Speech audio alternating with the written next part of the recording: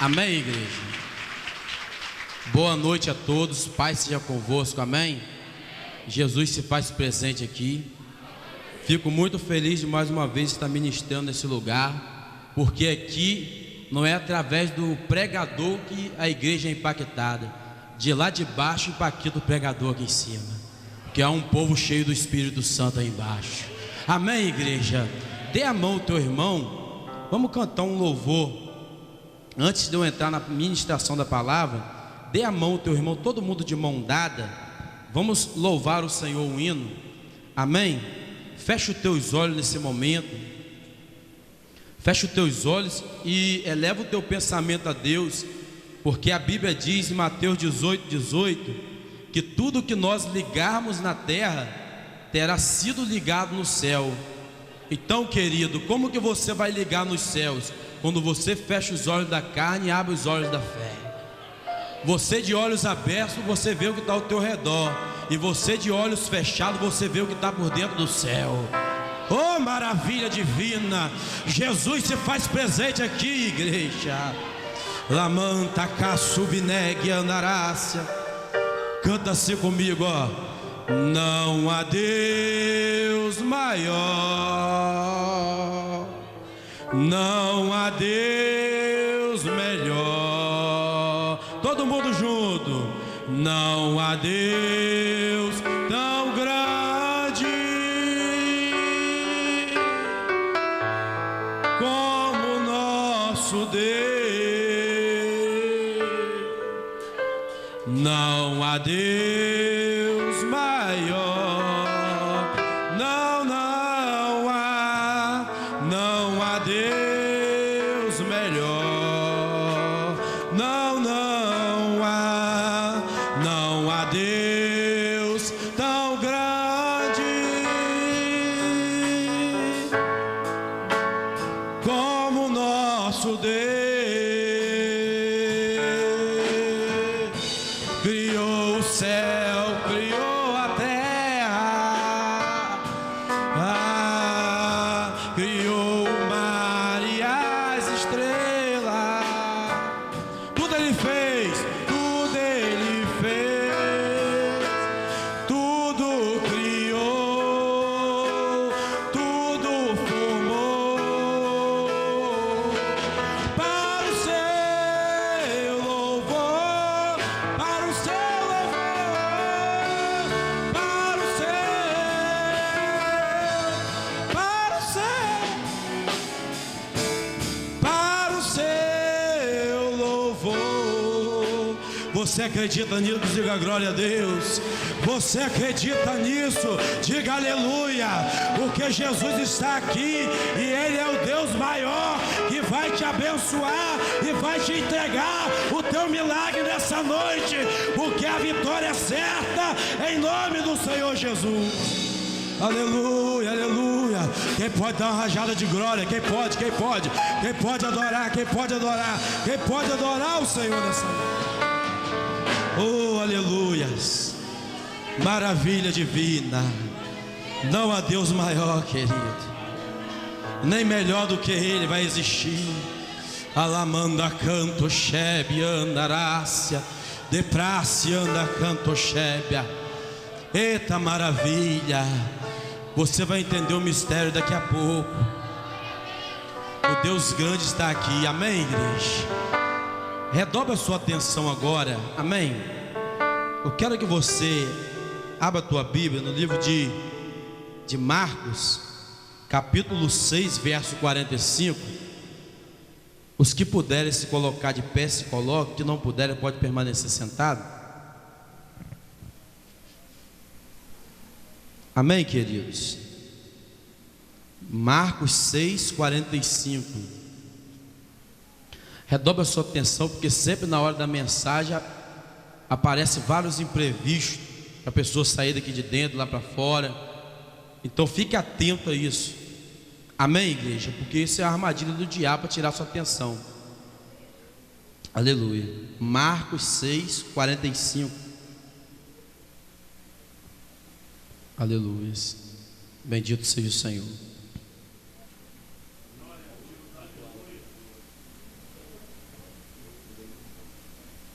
Amém? Quem achou diz amém.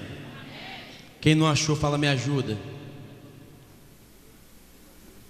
Quem não achou aí você ajuda um pouquinho, amém? Você que já é cristão, se tem alguém que não é cristão aí, cede a sua Bíblia para ele, porque você já conhece um pouco. Leia junto com quem não é cristão e quem não tem Bíblia, para todo mundo acompanhar, amém, igreja? Às vezes na igreja eu cedo a minha Bíblia para as pessoas lerem, que elas estão começando a chegar na igreja, então você tem que acostumar a pessoa, amém? Louvado seja Deus. Vamos ler a palavra do Senhor? E logo a seguir, compeliu Jesus os seus discípulos a embarcar e passar adiante para o outro lado, a Betsaida, enquanto ele despedia a multidão. E tendo despedido, subiu ao monte para orar. Ao cair da tarde, estava o barco no meio do mar, e ele sozinho em terra. E vendo-os em dificuldade a remar, porque o vento lhes era contrário, por volta da 4ª vigília da noite, veio ter com ele andando por sobre o mar, e queria tornar-lhes a dianteira. Eles, porém, vendo andar sobre o mar, pensaram tratar-se de um fantasma, e gritaram, pois todos ficaram atemorizados à vista dele. Mas logo lhes falou e disse: tende bom ânimo, sou eu, não temais. E subiu para o barco para estar com eles. E o vento cessou, ficaram entre si atônitos. Amém. Podei-vos assentar, dando glória a Deus e aleluia.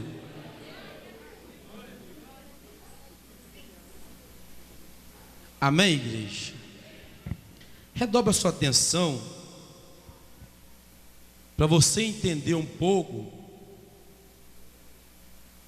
de como os seres humanos agem quando eles recebem uma promessa, quando Deus fala algo para ele.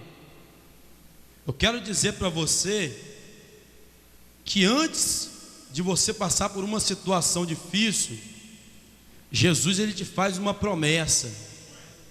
Deus ele faz uma promessa a todo ser humano, mas o Senhor não fala o caminho que você vai passar para adquirir a promessa. O Senhor não fala como que vai acontecer.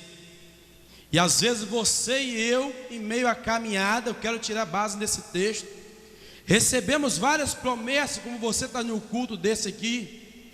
Quantas vezes você não ouviu uma pessoa receber uma profecia que ele ia ser um pregador do evangelho, que ele ia ser um grande homem de Deus?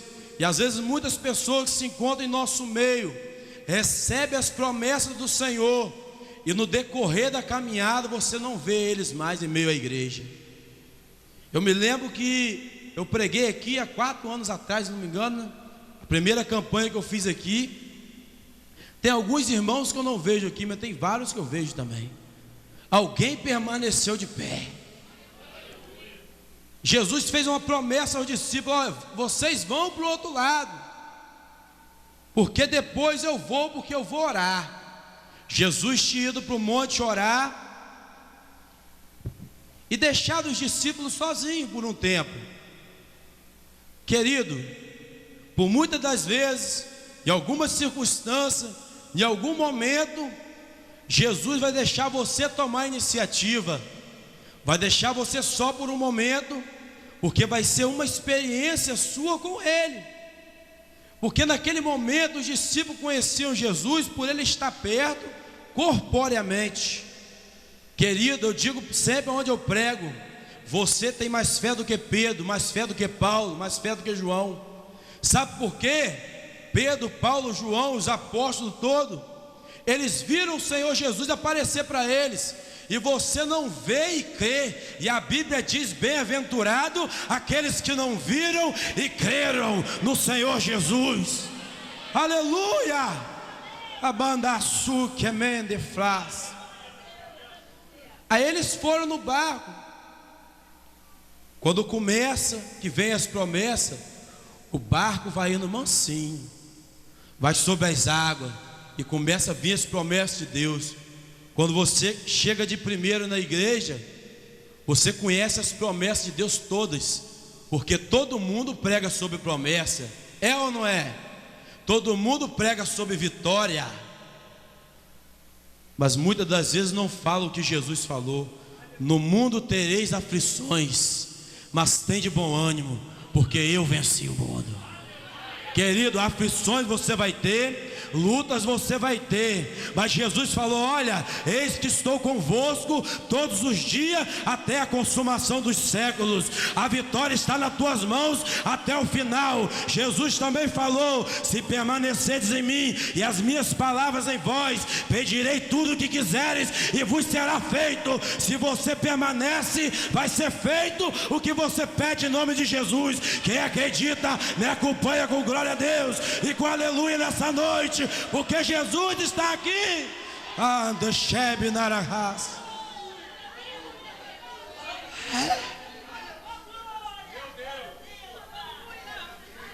Senhor, eu quero tomar posse do que o Senhor me deu.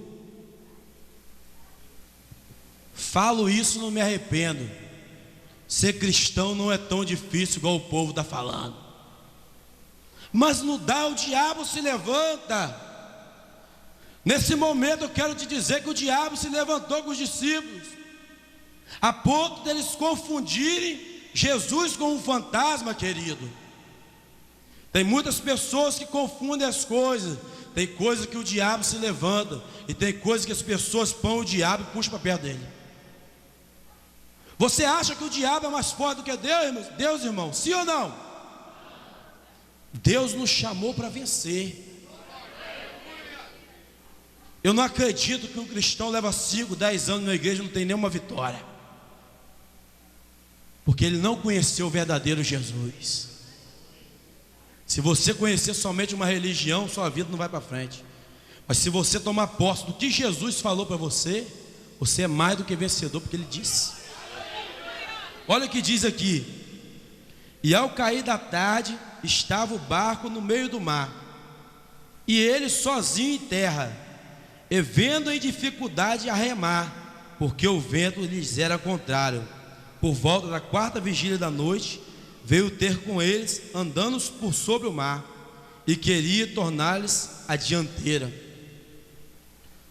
Querido, eu quero dizer para você que os discípulos aqui nesse momento, eles perderam a sua força.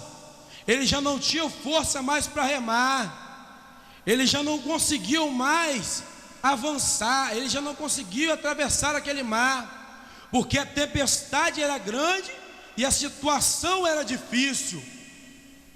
Eu quero te dizer uma resposta nessa noite: quando você não aguentar mais, quando você não tiver mais força, quando acaba a força do homem, aí entra a força de Deus. Quando você não suportar mais, Jesus entra em ação e te dá a sua vitória, e exalta a tua cabeça perante os teus inimigos, e traz a vitória nas tuas mãos. Aleluia! Você acredita? Adore ao Senhor dos Exércitos nessa noite por um minuto. Oh, aleluia! Recebe a unção desse Deus sobre a tua vida.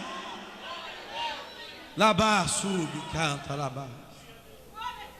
Eita, aprenda uma coisa: se Jesus não estiver no barco, Ele virá sobre as águas.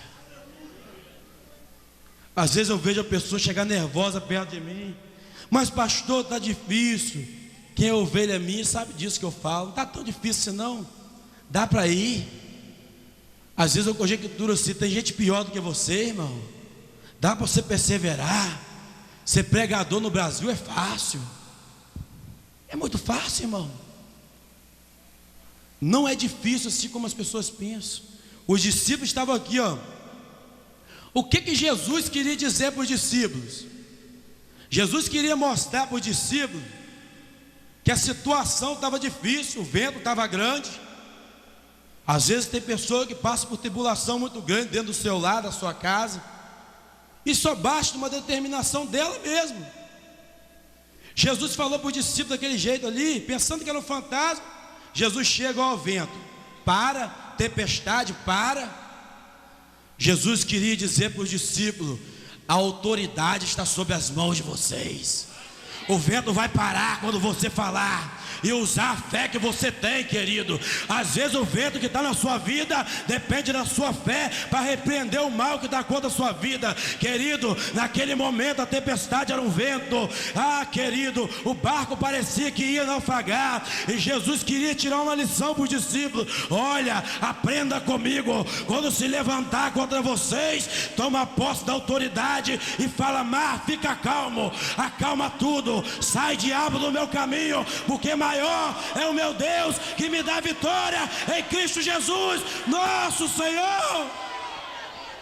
Ai, chato, quebra de frase.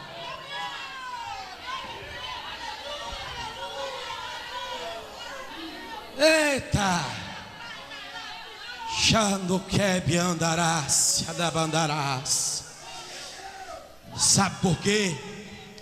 Eu quero passar por você, querido, que você tem que acreditar. Sabe quando que você vai ser abençoado? O discípulo estava preocupado com a vida deles. Nós vamos morrer, agora já era, nós estamos no meio do mar. Mas aquele que conhece a fé, que conhece a Deus, Romanos 12 diz o quê? Não vos conformei com esse século, mas transformai-vos pela renovação do vosso entendimento, para que experimenteis a qual boa, perfeita e agradável vontade de Deus. Eu quero dizer para você: se você não se conformar com esse século, se você não se conformar com a prostituição, se você não se conformar com a mentira, se você não se conformar, querido, com os falsos profetas que tem hoje, com as falsas revelações que vem por aí, com as falsas promessas que tentam tirar o crente da presença de Deus, se você não se conformar com isso e tomar posse da fé, não brincar de ser crente, querido, está aqui só para mostrar que é, não, mas tomar posse da fé. Se você não se conformar com esse século, porque aquele que não se conforma com esse século, ele tem a certeza da vida eterna. Ele tem a certeza de que a tribulação vai passar. Ele tem a certeza de que Deus vai entrar com providência. Aí, quando você não se conforma com esse século e com as coisas desse mundo que contaminam, aí você experimenta a boa, perfeita e agradável vontade de Deus. O que é bom para você? O que é perfeito para você?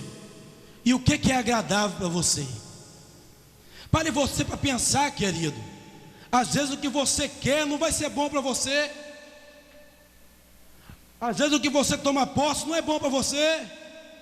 Às vezes o que você está orando: não, Deus, eu quero isso, só está atraindo problema para a sua vida. Mas quando você não se conforma com o século e toma posse da bênção de Deus, tudo na sua vida vai bem.